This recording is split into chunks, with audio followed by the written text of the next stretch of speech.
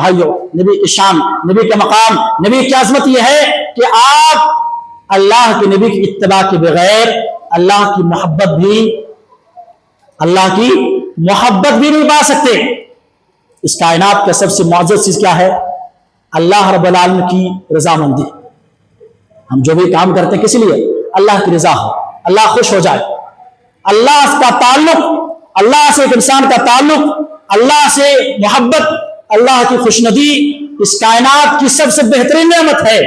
لیکن اللہ فرما رہے ہیں کہ یہ نعمت بھی میں اس وقت خوش ہوں گا، میں اس وقت تم سے راضی ہوں گا جب تک کہ میرے نبی کی اتباع نہیں ہوگی۔ اللہ اکبر۔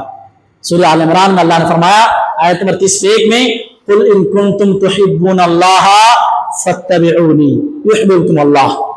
قل ان کنتم تحبون اللہ فاتبعونی یحببکم اللہ۔ اے نبی آپ کہہ دو، قل ان کنتم تحبون اللہ، اگر تم واقعی اللہ سے محبت کرنا چاہتے ہو، اللہ کی محبت چاہیے آپ کو، فاتبعونی، تو میری اتباع کرنی ضروری ہے۔